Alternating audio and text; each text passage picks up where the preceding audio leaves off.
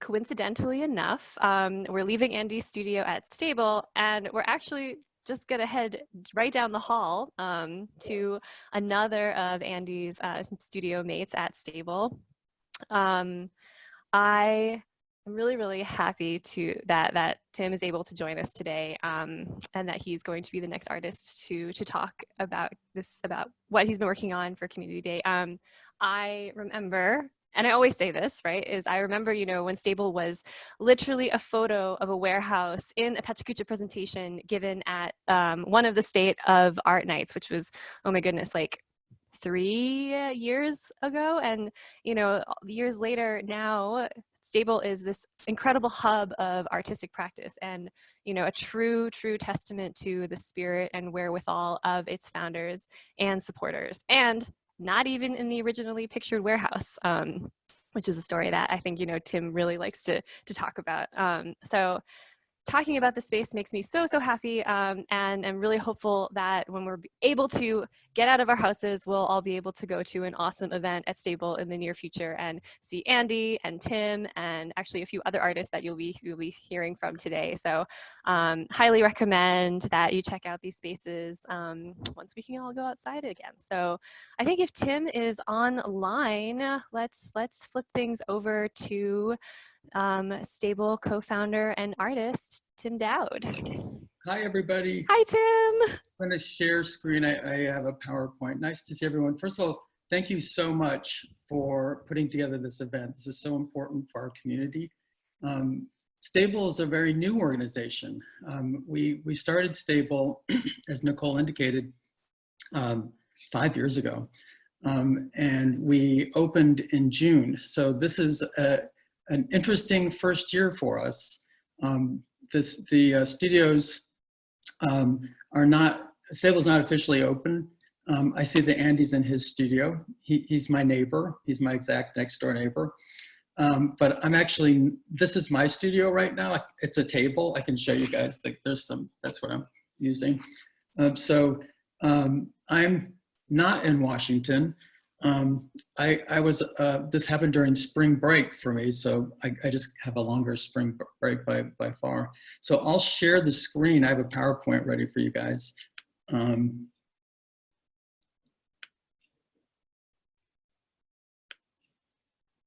And that's success. So I'm representing Stable today. And I want to talk about what Stable is doing. We've been meeting. There's Andy again in the center. And since we're such a new organization, this is a time of vulnerability for us. We have had to figure out or think fast about how we can support our very new community. So we have been paying attention to what has been going on. There's many interesting initiatives. And one of the initiatives that really interested us was the Artist Support Pledge. I don't know if you guys have heard about that, but the Artist Support Pledge is meant to support artists who have lost work, are struggling for money. So this is a nationwide initiative, and essentially people put inexpensive works on sale, and they're meant to be sold for around $200, something very inexpensive. And then when an artist sells $1,000 worth of work, they pledge to spend $200 of that money on another artist. So as Stable was considering how we can support our artists, we have 35 artists. Many have been impacted by COVID. We thought about a hybrid of the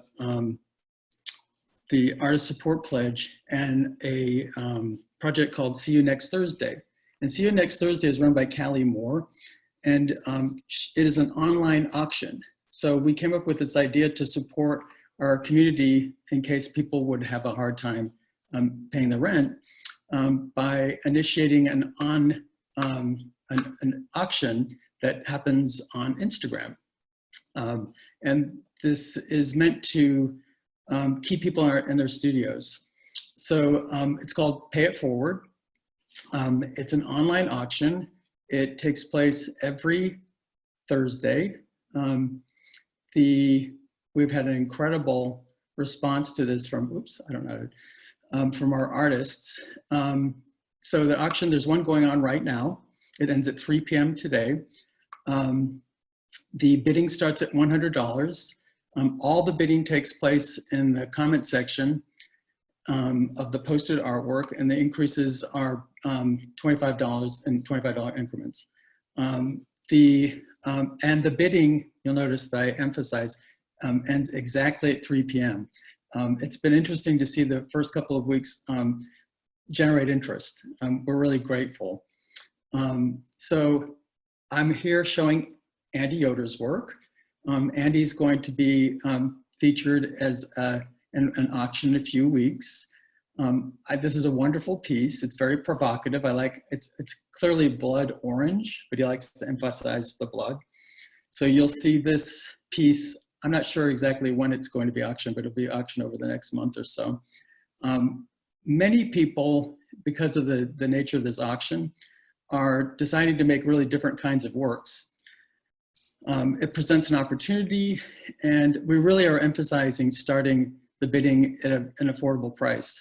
So Lynn Myers was our first artist auction last week, and Lynn has been carrying this book around with her for many, many years, and I think more than 20.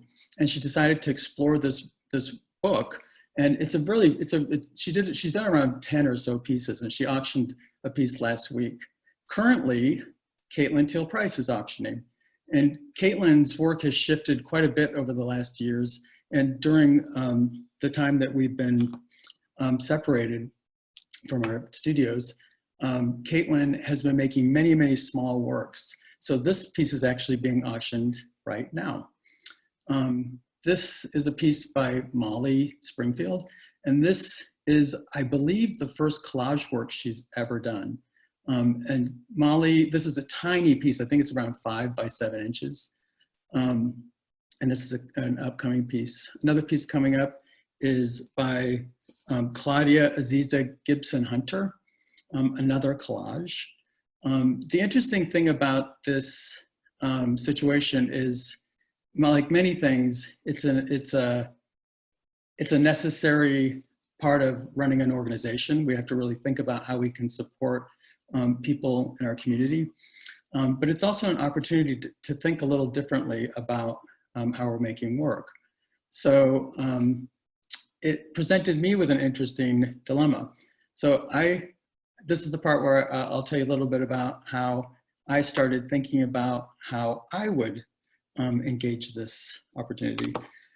So this is a piece from a show that I had at Model Practice last fall.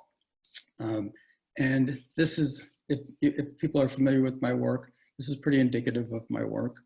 But I have several bodies of work. And for the longest time, I worked with as a figurative artist.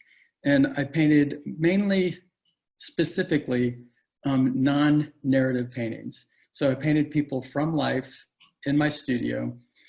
This is an early work, probably painted, I don't even remember the date. But this piece was a piece that I painted when I was living in New York. And it was an early piece there. And it developed into a different kind of series. So this was a piece that came afterwards. And while I've worked with models, I've often worked with communities that are around me. And my experience in New York was around a lot of performing artists. And the contributions they made to my work were monumental for me, because they brought their energies and their interests into the work, and they started shaping the way that I work. So in this case, this is John, and he's wearing this hauling ass t-shirt. And he'd had this t-shirt for years, but he'd never worn it until he was going to be immortalized. So this is John in his shirt. I continued working with John and many other performers. John's a dancer. He worked with Mark Moore's company. And the dancers were really willing participants. So they started, this is a kind of circumstantial partnership. I had a studio visit by a curator that brought a stack of honcho magazines, and I had recently seen an exhibition on Degas. And when this curator dropped all these magazines, my models, and I was working with about maybe 5 or 6 people, they were very amused and interested in the honcho magazines. They wanted to start copying poses from those magazines. And honcho magazine is a soft-core gay porn magazine. And recently I'd seen a Degas painting or a Degas drawing exhibition of bathers. And I just saw parallels. So I had this arrangement with the models, and I asked them to choose poses from both sources. So I worked with 4 different models, and essentially what they did was they just chose from both, and the poses were just kind of mixed together. And the interesting thing about the combination is the Degas were ostensibly genre scenes, scenes of everyday life. And often they were bathers. And these bathers were generally never bathing. And the interesting thing about the honcho magazines is, and I looked this up today, they were porn. So they were intended to stimulate the erotic rather than the aesthetic. But the thing that I found in these poses were the artists or the photographers were often putting the models in honcho in genre scenes or domestic scenes. And these scenes kind of contributed to the way we think around masculinity, or we might look at these subjects. So not only were they eroticizing the person, but they're kind of eroticizing identities. And I found that very interesting. So mixing them together ended up being kind of a curious choice. It brought a lot of artifice into play. Often when the models were copying Degas poses, the poses were so exaggerated that I actually had to prop them up. So I had to, like in the last one, see how he had to be propped into the pose. And in these, so you can see that I had to prop them, I had to tape them, I had to keep them in space. So I had to really manipulate their bodies in order to realize the paintings. So they were also another way to engage the kind of psychology of a sitter. So the choices that each group of, that each sitter made were really very different. I mean, some people were self-conscious. I had one person who was very humorous. Someone chose the strangest poses. And then I had a pretty, someone who was more quiet. These works, then I inserted back into the sources. And I did these many years ago. These are digital prints, and I kind of just let them go. I did these when I had someone to support me in making digital prints, and then I hadn't really thought about these for years. And as the work progressed, and the direction the work took was I was really engaging with the people I was sitting with around their ideas of self-representation. This is an actress that I painted for many years, and I actually never really painted the actress, but I painted her in articles of clothing or setups that indicated how she might see herself in a movie or a role. And she was essentially doing Cindy Sherman, but she didn't know who Cindy Sherman was. So she was a really engaging and interesting person to work with. And this is one of the later paintings. And then I started doing things like thinking about things that people really project a lot of ideas around themselves on. Like I did a series of wedding gowns, which I think are pretty great fantasy objects. I don't have one of those included. But as I continued working with these models, they were making really wonderful choices. And in this case, you're seeing people who are kind of branding themselves. So we've got the Target guy and the Cats guy. And there was an interesting harmony around the sitters, and there's like a lot of humor in people's choices. And as the work continued, I got really interested in looking at clothing as a signifier. And we all read clothing. When we walk in a room, we're reading what people are wearing. And that's of great interest to me. So the work continued. This is another series. And in this series, the kind of contextlessness of his clothing really interested me. So this is a series of a model named Rodney that I painted for many, many years. And one of the things that he did was he riffed on his own identity. And like the actress, he basically used my practice to project how he might want to see himself in the world. So this painting is a particularly convoluted painting because in this painting, I moved to Washington, D.C. He started coming to Washington, D.C. to sit for me. He's a New Yorker. And he thought it would be interesting if he started wearing red, white, and blue in the paintings that he was sitting. So there's probably around 4 of these. But so this painting eventually traveled around the country in one of the National Portrait Gallery shows. And it was a popular painting. And I can tell you that I have no idea what this painting is about. I mean, he is, so when people find this painting appealing, I don't know why. I mean, and it would be interesting to know what you all think. But the articles of clothing, actually, they make no sense together. This is a painting about a context of no context. So the hat is a Issey Miyake hat, and the shirt is a shirt, I think the brand is called Falconable. It's something that Wall Street types wear. The tie is from Banana Republic, and the glasses are vintage 60s glasses. And then the pom-pom thing around his neck, he saw it on Etsy on a baby, and then he made it himself. I think it looks like something that's like from the Kentucky Derby or something. Anyway, this crazy piece, it ended up traveling, I don't know. Anyway, it interested people, and I have no idea what it's about. But what it does is it talks about the signifying power of clothing. And when I started, this painting kind of launched me into thinking about how I should think about clothing as a thing. So I started making paintings that were of fabrics. And I was particularly interested in fabrics that pointed towards something or that operated within a kind of system of signs. So these do that. I don't know if you guys can read them. Interestingly, some of these things run in the kind of branding that Andy does. So it's very interesting that he is both my neighbor and I followed him in this talk.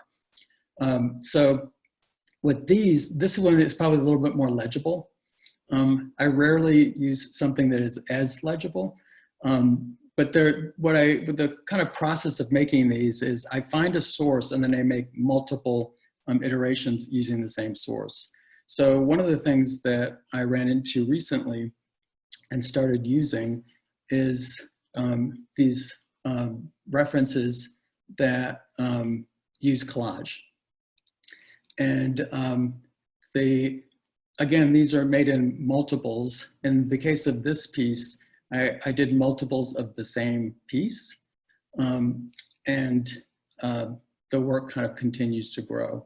So these, interestingly, led me to be commissioned by the State Department's Art and Embassy program to make a work that is now, I think, probably in some sort of storage facility around Niger. I don't have images of that work, but essentially what I did was put this this referent that I was using to work to do something else.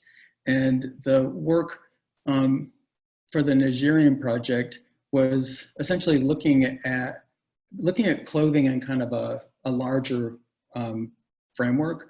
And in the case of Niger, they asked me to look at clothing and textiles that were specific to Niger. And the collage form was a very good delivery system for it. So I'm sorry, I don't have one of those images. But so when I had this situation to consider about making work for PIF, I had to come up with some sort of idea. So again, the works are meant to support our population. They are meant to sell cheaply because we want the work to get into people's hands. And I had to figure out, well, how can I do that? So I returned to these old collages that I'd started. And I started thinking about the domestic again. And so, as I mentioned before, I typically don't make narrative work, and I don't make works around genre scenes. But here we all are together sitting in our homes. So I'm looking at all of your domestic settings, except for my colleague Andy, who's sitting around a bunch of tennis shoes. So I started thinking, okay, if I have this opportunity to think about making a new work, what should I do? So I kind of decided to look at these pieces again and think about where we are right now, which is often at home. So I started making and riffing on the works themselves. So these images are all hybrids, and I've been working with the hybrid in general. I didn't describe so specifically what I'm doing with the abstractions. The abstractions are always in two-part. There's a source that is, I'll go back and show you just so you guys can understand. So the ground is a fabric. So that's the collage ground it's referencing fabric. The black part, I'm talking about the image on the left, is another signifier. It's something that operates in the culture as a sign. And it's the same thing with the one on the right. So the background is textile. The foreground, the yellow, is another kind of signifier. So these I'm basically bringing them together as a thing. And that's another reason why I actually engage the paintings in the way that I do. They're shiny, they're tactile, they're thing-like. So I brought that kind of energy into these. So these are also hybrids. So what I've done is the source material or the paintings that reference the source material, I morphed them together. So these are photoshopped, collaged, and painted. They're meant to kind of take a humorous look at the situation that we're all in now, where we are in our homes, we're thinking about what we eat, what we do every day. So they are really specific to the idea of a genre. So now I'm doing narrative works when I told you all at the beginning of this conversation that I do not do narrative works. And these this is my current work. And I will just let you look at them. One of you lucky people will get to purchase one of these. The work is going to be featured in Stable's auction next week. I don't know which one I'm going to choose. Maybe you can write something in the comment section about a piece that you prefer. I've been having a good time with them. I'm thinking a lot about how we're spending our time. These are, this is a hunting scene. I have a close-up of this one because I found some really good source material for this one. I love these guys.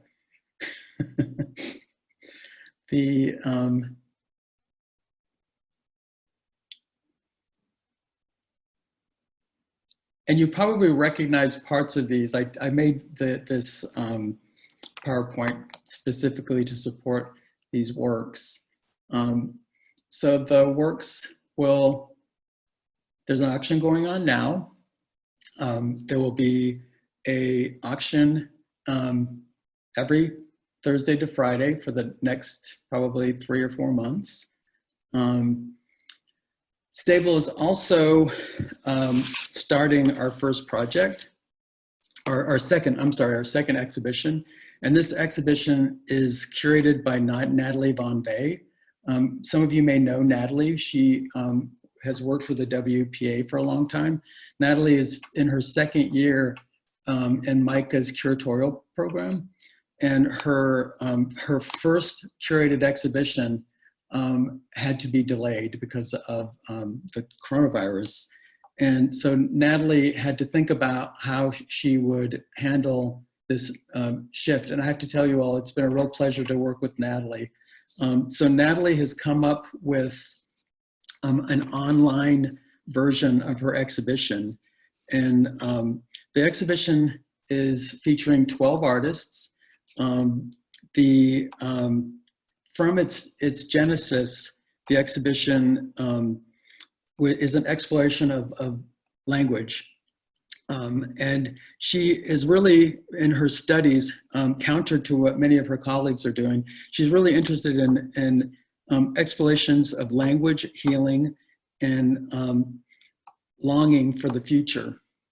And the artists in Natalie's show are multidisciplinary.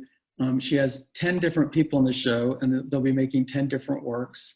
The work is, I think we're going to start laying out the schedule today.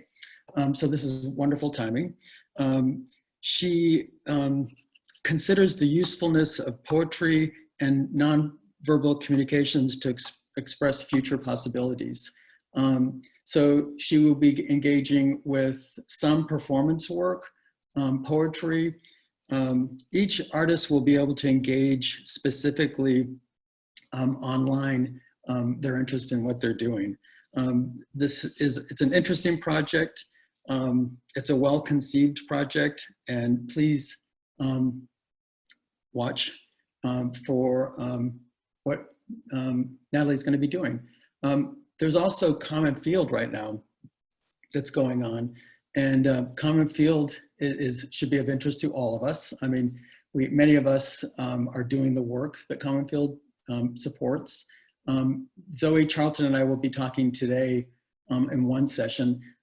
So I'm sorry that many of you guys will be busy, but the Common Field will have programming throughout the weekend. So I encourage you guys to see what they've got going on. Whoops. So I can answer any questions. And I'll keep this up if anyone wants to look at anything. Oh, Nicole, are you going to do this part? Yeah, I can help to moderate some of this part. Yeah. Megan has a question about Natalie. I'm just going to type Natalie's name in the... Yeah, there we go. Hey, Kaylee.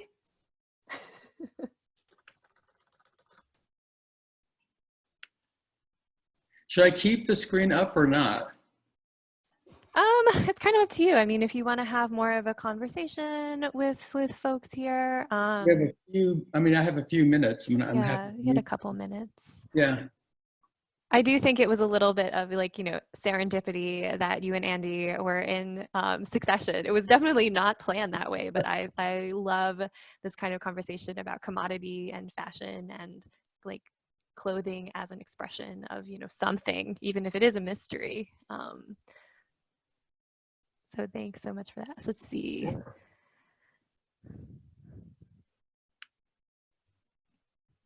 Yeah, let's see. So Tara has kind of like mentioned, this this idea of expression through clothing, and the observation of expression through painting. I think you talked a little bit about like when you made that realization and that kind of shift. And I think aside from the pay it forward work that you're doing, can you talk a little bit about the giant canvases that are currently sitting in your studio at Stable? So yeah, that's interesting. So I have a project that was actually supposed to open in March, but it's been delayed. And this is something that is connected to the embassy project, actually. And someone has asked me to consider the idea of a future flag. So the piece I'm working on right now is pretty monumental. As Nicole mentioned, it fills my studio, and it is very connected to many of the things that I've talked about today. That I've thought about the way we consider the flag, as something that's aspirational.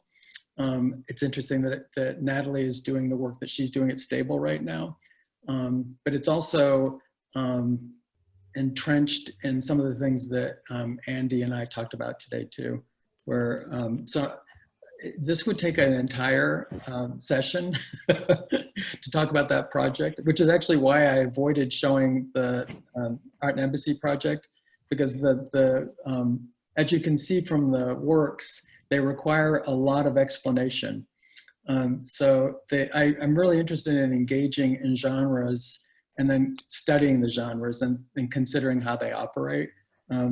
For me, abstraction is a really good delivery system. And I think that's why collage has been so beneficial. So these things, and I think it's important to say this, and I appreciate your question, Nicole, but the abstractions are parading as abstractions, but they're actually like the figure paintings made from observation. So they are using abstraction. They're meant to be read. They're a little bit hard to read, but I found that over time, and they're also functioning as commodities. So there's something about them that people find appealing. They're tactile. But often people buy them and don't really understand what they are about. And I'm fine with that. But then I've had people discover what the painting actually references sometime after having the painting. And that is interesting too. So Yeah. these people are out in the world. That's also a whole other artist talk. I would love to come to that artist talk. It's embedded in a lot of things. Yeah, no, for sure. So yes, you can access the Pay It Forward auction on Stable's Instagram, which is @StableArtsDC.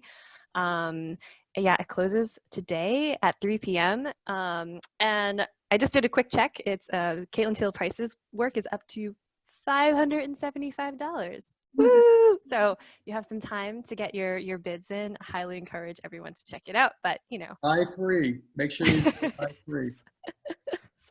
And continue to check out all of I really can't wait until this project takes off and come back to the studios and hang out with you guys. So thank you so much, Tim, for joining us and sharing more about your work. I definitely learned a lot, and I think this could be like a whole series on Tim in quarantine. Thanks, everyone.